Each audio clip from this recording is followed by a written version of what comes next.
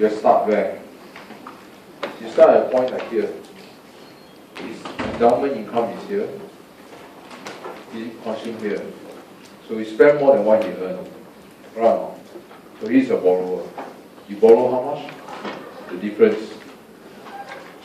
Now, if interest rate rises, as I said, R is here, so this point move here.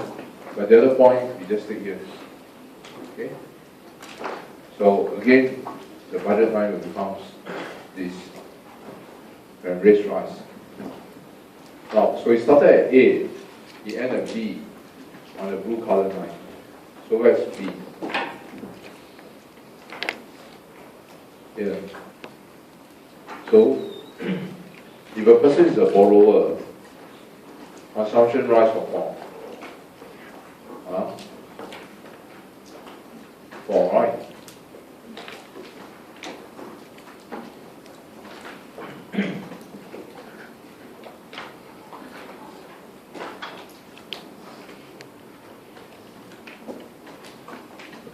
Now you contrast this to a saver. You notice a saver is what? It can be both. Alright? It can be both. But if it's a borrower, 100% must fall. Okay, unless we can put B on the right of A. Is it possible to have your B on the right of A? Is that possible? Impossible. There's no way B can be on the right of A. You agree or not? The line is this. See? Your new line is this.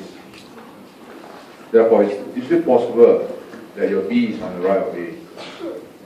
Impossible, so confirm 100% must fall. Okay? Now let's look at the SC and the IE. How to find the SC? To find the SC, we have to remove the IE. To remove the IE, we have to restore the new budget line back to where? U0 again. Okay? Because the rise in interest rate caused this guy to become richer or poorer. Poorer. His utility fell from U0 to U1, poorer. So you want him to be poor, to remove away the income effect, the negative income effect, we have to increase his income from here. Increase until the budget line shift to the right where income rise. Until it's tangent back to U0 again. So we are successfully restoring back to U0 again. Okay? So the blue line is poorer.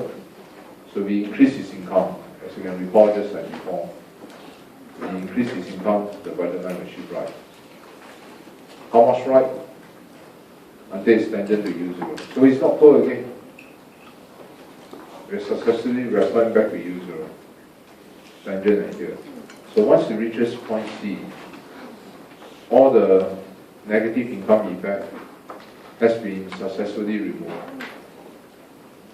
Therefore, A to C, since at C there's no more income effect, A to C must be the one caused by the substitution effect. Now the substitution effect is very simple. Consumption fall. Why? Well, the substitution effect is the incentive effect. So when interest rate rise, not only a borrower, not only a saver, everyone will have more incentive to what? To do this. Right? But the income effect is different. When interest rate rise, if you are a borrower, the income effect is the wealth effect. If you are a borrower, do you feel richer or poorer? If you owe a lot of debts, interest rate rise, you will actually feel poorer, right? You will consume more or less. Yes. Now, as shown on the graph, C to B is the IE. Right? Remember, when we bring you back from B to C, all the income effect has been successfully removed. Right? So this C to B is the income effect that we have successfully removed. Clearly, when interest rate rise, the borrower feels poorer. So that's why he consumes less. Okay, and it's also shown in the graph. Okay, any problem? Now, in point C of the question, is it possible for the supply of savings to be backward bending? Is there a possibility that the supply of savings be backward bending? Okay, what do you mean by backward bending? Normally, the supply of savings is not backward bending. I'll show you why. You see, backward bending is unusual.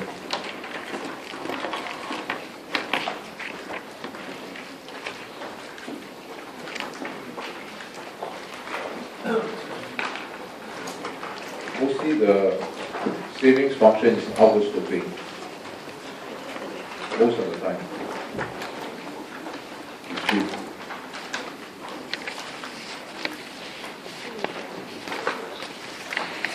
Why? Why the savings function should be this way?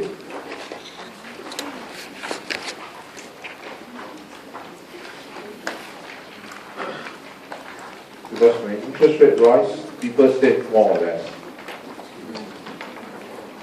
When interest rate rise, people tend to save more or less. More. That's why the savings function should be this way.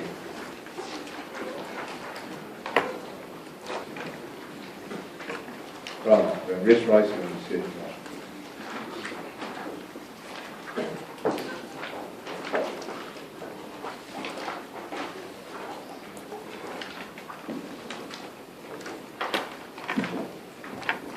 So is it possible for it to be backward bending?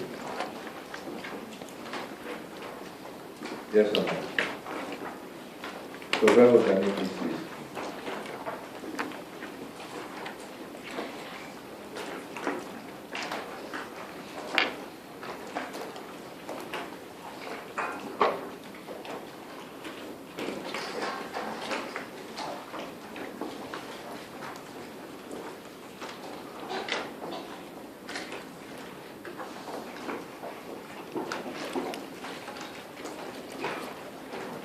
Now this is strange, you know. Backward bending means this.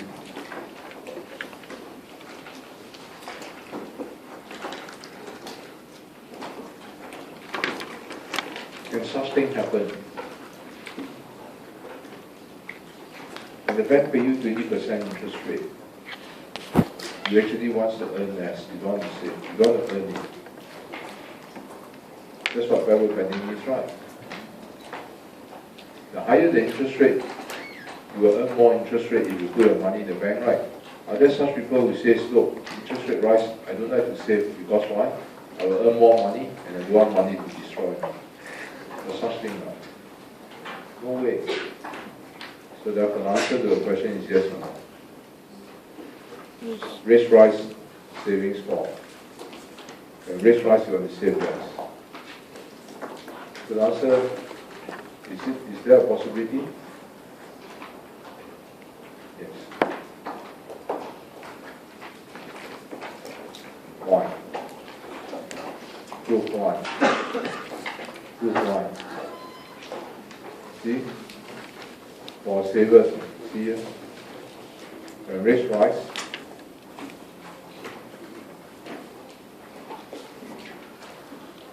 you want to save more or less. You notice this is just the language for what?